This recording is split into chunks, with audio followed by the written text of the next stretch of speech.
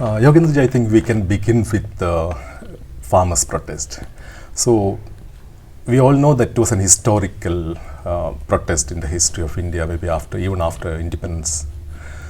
So, what do you think? What could be the reason behind bringing all the farmers together who had different political ideology, different socio-economic background? So they are all together now. So what could be the main reason to bring them together in a platform so that they can fight together against something very important? This was a very unlikely success. If you had asked me in June 2020 whether this movement will succeed, will it bring lakhs of farmers to the door of Delhi, I would have said no chance. But I think the reason why I proved wrong, I would have proved wrong if you had asked me that question, is that I think for years and years farmers have entertained this deep suspicion that the entire system is against them, that everything is rigged against them. And somehow in this movement, all the pent-up feeling and frustration of the farmers has come out. It is not merely about the 3 laws, it's like the Anna movement. And Anna movement, I would reckon that majority of protesters did not know what Lokpal bill was about. But it was a pent-up frustration against Bhashtachar, corruption.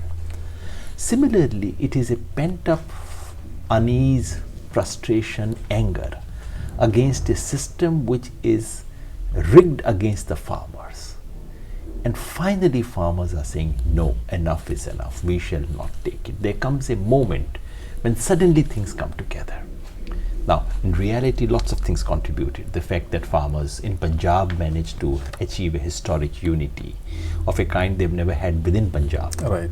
That at the all India level, we managed to create the Sanयुkt Kisan Morcha banner, which is bigger than anything farmers movement has ever known. All these contributed to that. But the real thing is that deep unease of the farmers. Finally, farmers said, no, this is not acceptable to us. When you analyze the situation now, do you think it's the mere Prime Minister's ego that's stopping him from interfering in the issue and putting an end to this struggle? Or do you think that there's an external pressure which is very huge? For example, there are capitalist forces which is trying to survive. And we know that World Economic Forum is started a new project which they want to do mechanization, artificial intelligence. So they want technology to overtake everything. They want to reduce the human resource. So the external political as well as economic pressure also could be a reason for the Prime Minister to not to involve and stop the issue. External pressure has been there right from the beginning. After all, these 3 laws are a product of external pressure. And that external pressure is not new. It's been there for the last 20 years. For the last 20 years, agro-business has been trying to find its way into Indian agriculture. And they have been trying to pressurize every successive government to say, open it up for us, give us this thing, etc. And earlier regimes were also wanting to do this, but they never had the guts to do it. Okay. During the pandemic, somehow Mr. Modi thought this is an opportunity, let's do it, they'll not even get to know about it. Right. So the external factor has been there right from the beginning. Okay. By now, I think the Prime Minister and his party are very acutely aware of the political cost that they are paying. So when it comes to paying political cost and possibly losing their election, will they stick to their corporate friends or will they try to save their own gaddi? I think they will save their gaddi. That's, when it comes to this. And If the Prime Minister wants, he has 10 other ways to make corporate happy, which he's doing anyway. I mean, he's selling all the national assets, he's selling everything. So he can say to his corporate friends, don't do this agriculture, this is messy, I'll give you other places, I'll give you airports, I'll give you everything else. So when it comes to, I think we normally imagine the relationship between corporate interest and political leaders only to be a one-way street. It is never so. It's always a complex relationship which is negotiated, and therefore I think today, more than the interest of the corporate, the Prime Minister has his personal image at stake. Okay. Part of the personal image is that I'm a reformer. Right. That's also a matter of his image. All right. What would he say to the World Economic Forum, Right. for example? That's part of his self-image. All right. So all that is playing a role. And I think the stumbling block at the moment is not so much the pressure from outside, which he can deflect. Right. The real thing is his his ego, his arrogance, his very carefully cultivated image, Right. that Modi does not give in to anything. Right. Once he started, he will complete it. Yeah, so once he's seen to be compromising, then 10 other agitations will come up and people will start doubting his image. So that's what is at play. Right. So in this context, we can't predict anyway what's going to happen. Anyway, farmers are not going to give up. So what could be the final, how is it you are expecting to the end of this struggle, the long struggle? I don't know. I really think, as an insider, it seems to me farmers are unlikely to give up. Right. Farmers are not going to just get up and say, we are tired, we are now going back home. No, we've passed that stage. Right. The government has played all kind of devious games in order to plant disunity in the farmers' union movement, in order to break it up. Right. They have not succeeded, and I think they are unlikely to succeed. One option can be for the government to concede to the farmers, Right. by playing some game. For example, they can get, instead of Mr. Modi saying, I repeal these 3 acts, he can probably get someone else to do it. Or he can get this Supreme Court committee Right. to say those things, and he can say, okay, we accept the Supreme Court committee. Right. These are ways of saying it. That's the best way. Or he can get RSS organization, Bharatiya Kisan Sangh, Right. to raise some demands, and he Right. can say, I concede to you. Okay. So, I mean, all kinds of games can be played. Saving his image.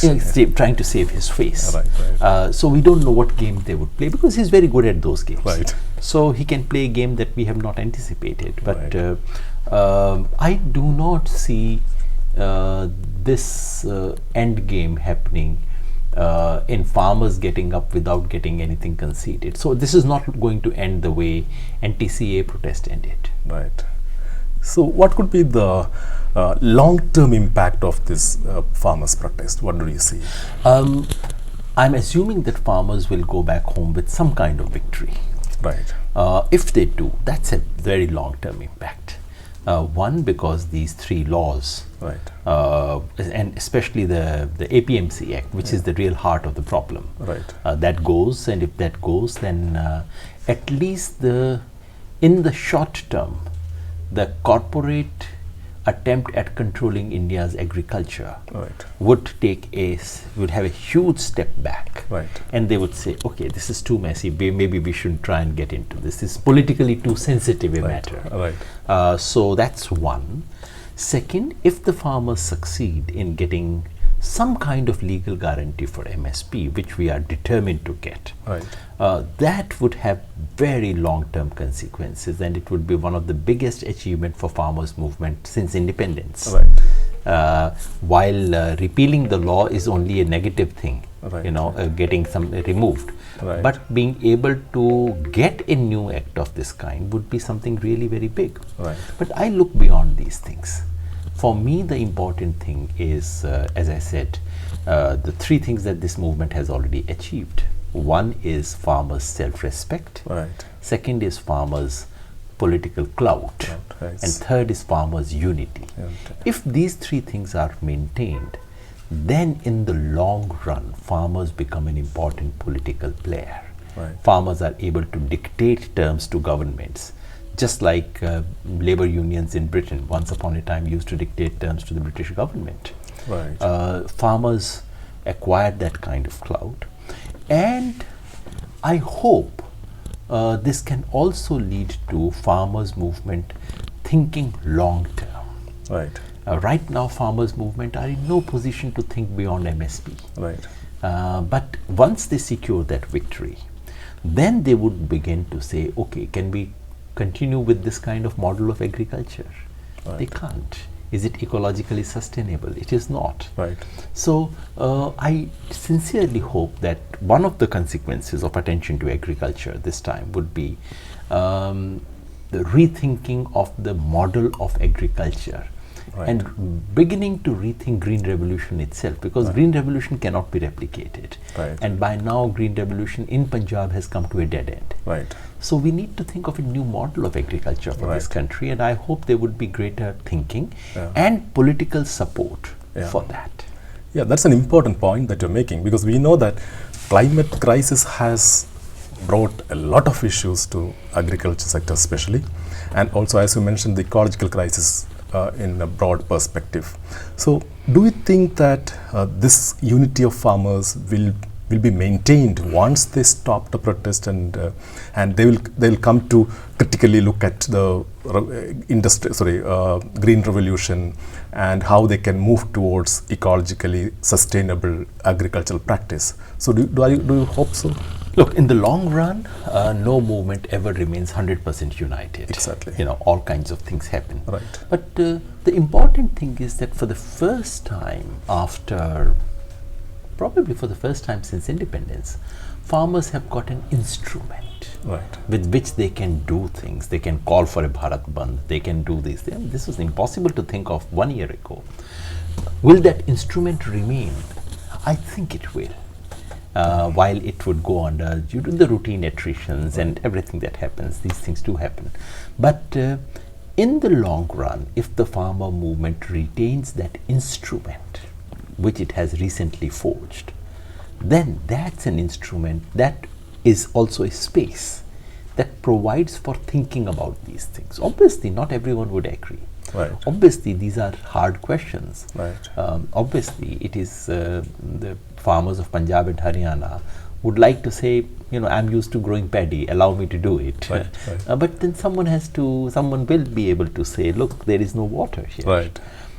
Provided you can secure for farmers a legal right to get as good prices for other crops as well. Right. Right. Then why is it the farmer of Haryana and Punjab is wedded to paddy? No. Exactly. We don't even eat it. Right. You know, we are not rice eaters. Right. Right. So if we get good prices for other crops, Right. then a lot of ecologically sensible decisions can be taken. Right. The trouble is that the government wants us to respond to ecological crisis. The government wants farmers to implement crop diversification as a moral duty by paying the price. So in this country, for every good thing that this country should have, farmers are made to pay the price. Right. Poor should get cheap ration, farmers should pay the price. Right. Why? Yeah. Climate change is bad, farmers should diversify and pay the price and get lower prices. Right. Parali burning is bad for Delhi's pollution, farmers should pay the price. Right. Why? Right. This is something which has to stop. Right. So in addition to that, maybe this protest is giving a message to remaining society that you can also raise your voice, because we are living in a time where all the dissenting voices are being suppressed. So do you think that the rest of society also is getting some kind of moral power to assert their right to dissent when farmers protest, even in the times of COVID?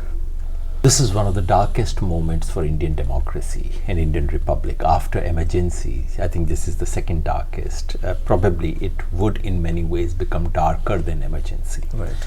In that dark times, Kisan movement is a ray of hope. Right. It is a ray of hope, not only because farmers will be able to get their demands fulfilled, but Exactly. the basic thing is, yes, you can stand up to such an authoritarian regime. Yeah.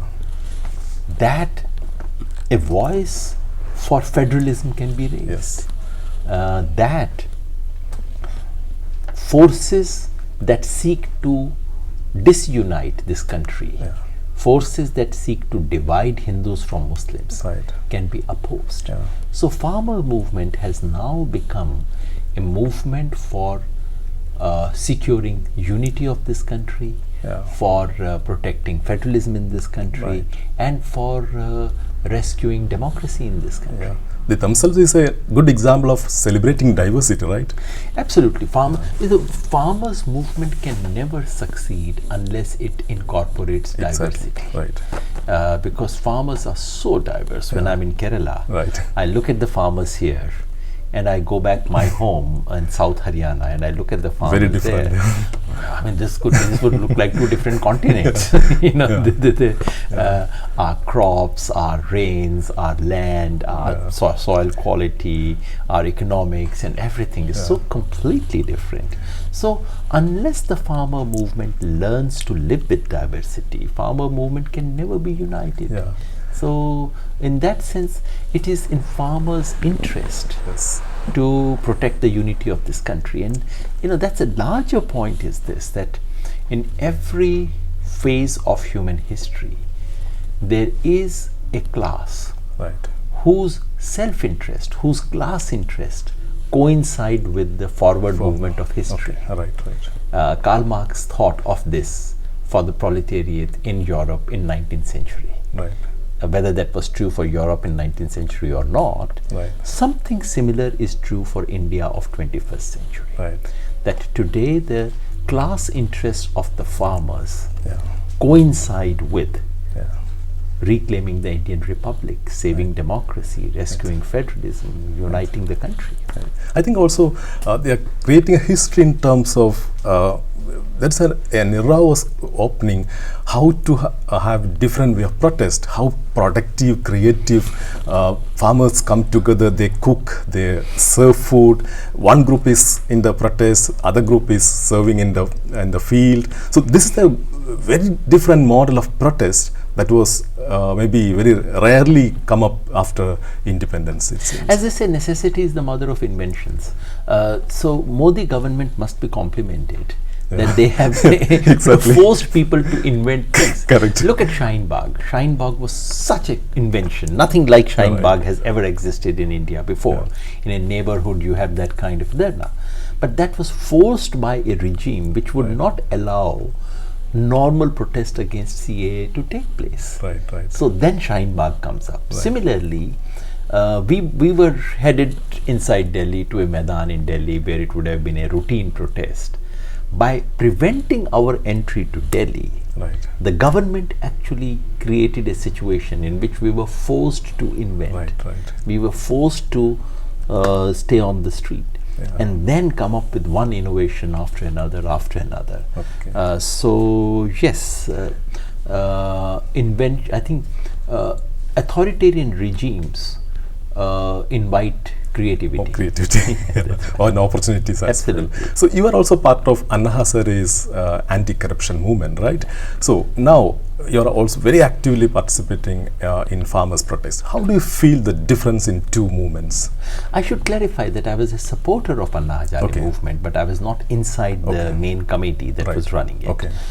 So from outside, the differences are that that movement was very much a middle class movement. Urban middle class, and which was very patronized by the media. Media was very heavily supportive of Anna movement. Right. In this is media has been hostile.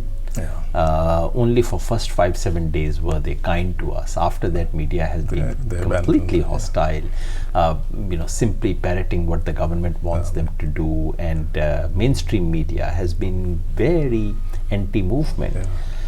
If the media during the Anna movement was so anti, Anna movement would have been finished. Yeah. A middle class movement cannot face a hostile media, Okay. but farmers can. Okay. So what happened was that they thought, the mainstream media thought that the movement would lose credibility. Right.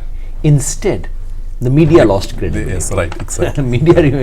Movement remained Yeah. as it was for the farmers. Right, right. For middle class, they must have lost some credibility. Right, right. But for the farmers, it is the media which lost credibility, not the movement. Okay. And that's the critical difference between the movement.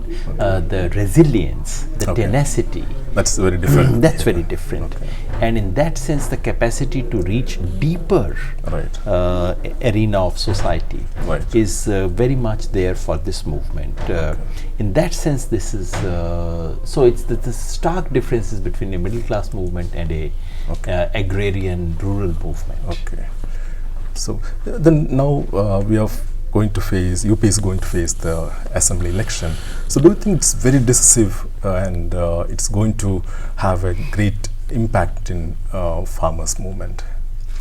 No, the question is whether farmers movement will have effect on UP election. I don't think UP election will have much impact on farmers movement because BJP has a lot at stake.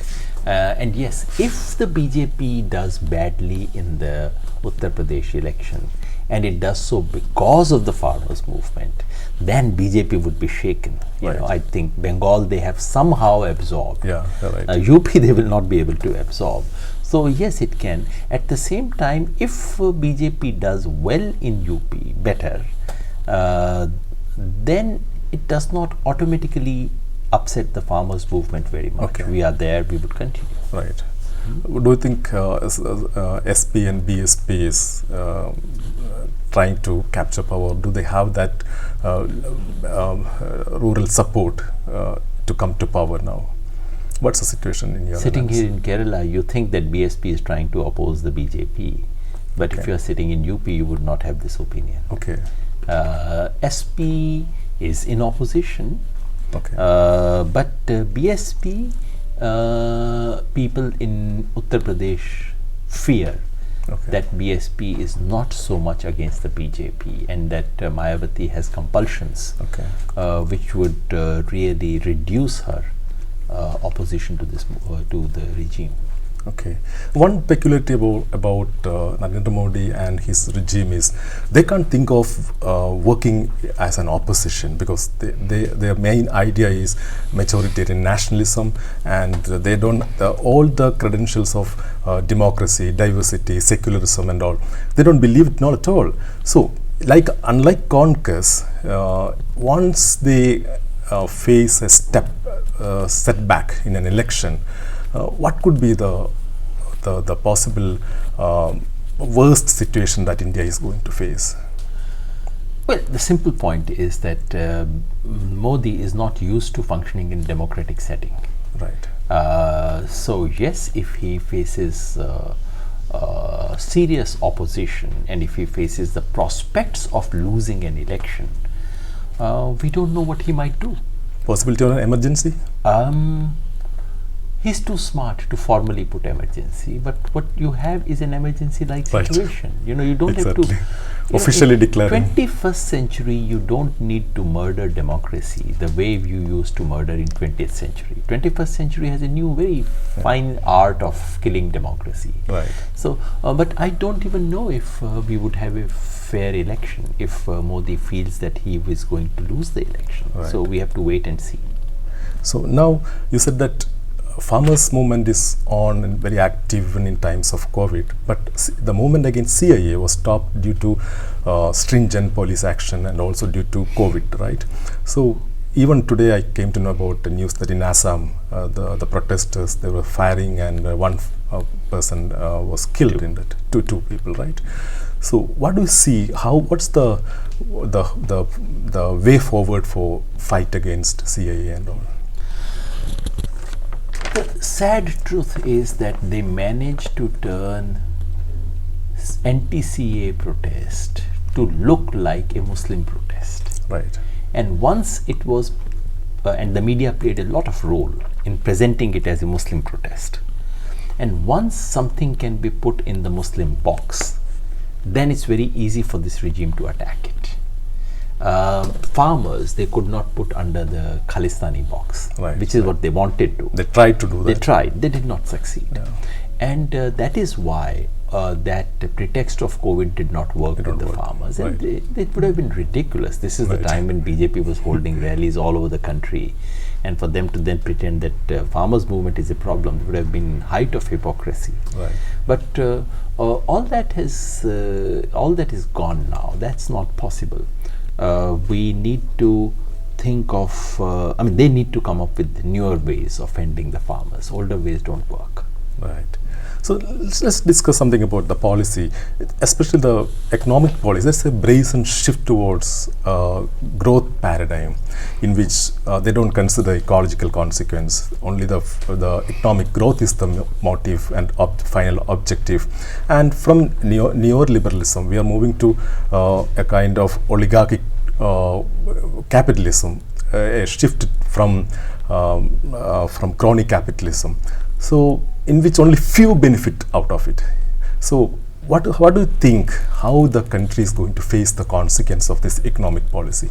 Look, I think the first thing is to acknowledge that this is not new. This kind of the basic frame of economic policy today Right. is something which has been going on for 20 years. Right. That BJP and Congress both agreed with it.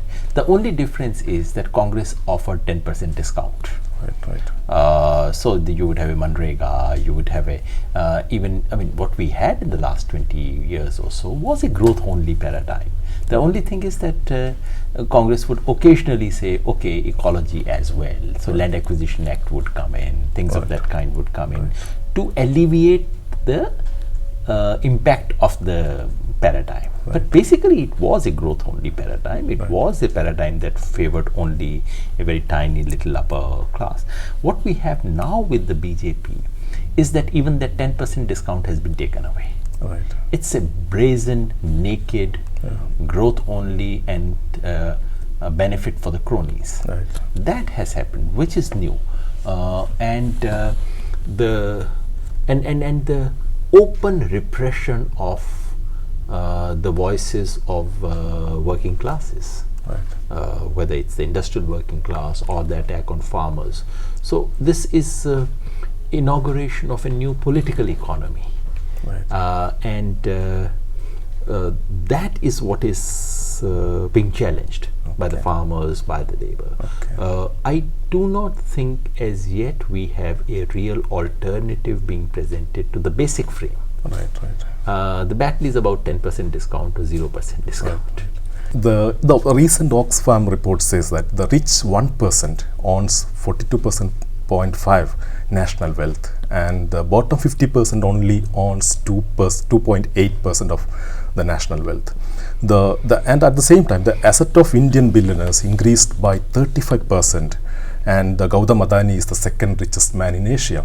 So, do you think that the growing economic inequality may cause to rise up a strong movement in India? Once again, let us acknowledge that growth in inequality has been happening for last more than 20 years. Throughout 1990s and in the first decade of 2000, the number of poor reduced in the country, but the gap between the poor and the rich increased in the country. Right. So that's been happening. What we have in the last 3-4 years, especially during the pandemic, is absolutely brazen growth of wealth, while almost every Indian lost income. Right. Adani and Ambani grew multiple times. Exactly. The Ambani empire, Mukesh Ambani's empire went up from 2.6 lakh crore rupees was his overall value at the beginning of the pandemic. Okay. And I think a couple of months ago it was 6.2 lakh crore rupees within pandemic. It happened from throughout the world. 2.6 to 6.2. Right. Adani from 70,000 to something 3,65,000 crore rupees. Yeah. So this has happened all over the world.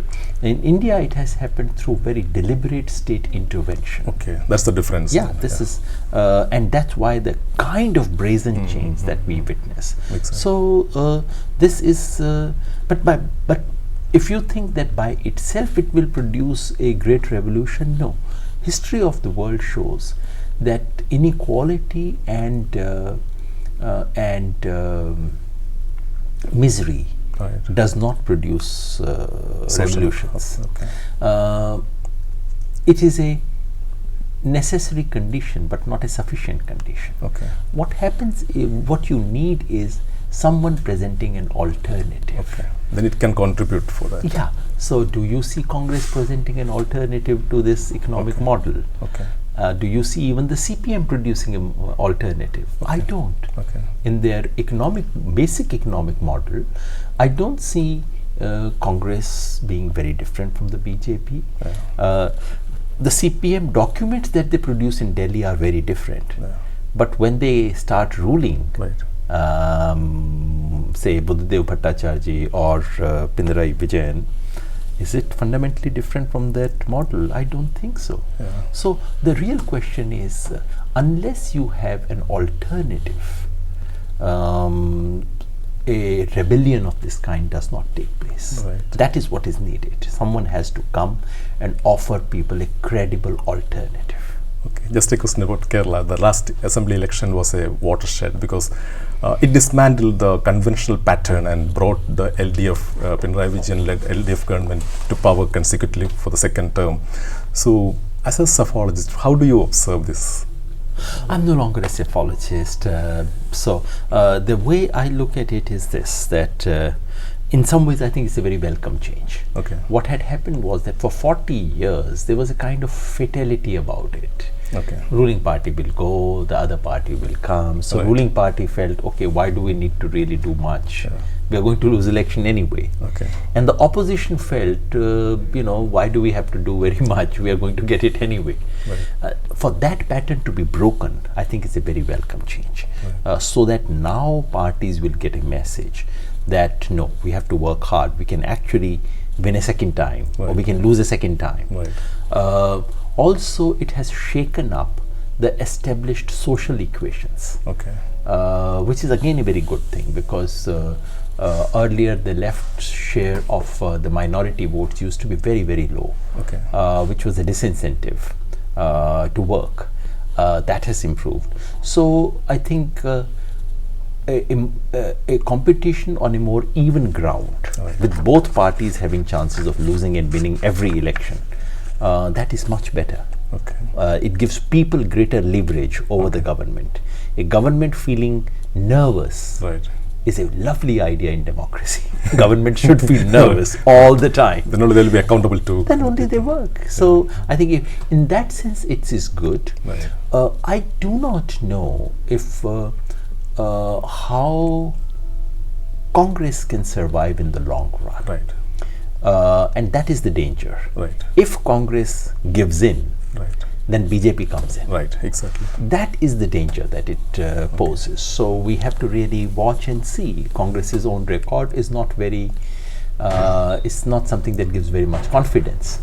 But still, this is one of the states where Congress has something left to itself. And unless the BJP walks in the way they walked in Bengal, unless that happens, I think it's a welcome I would see a welcome change.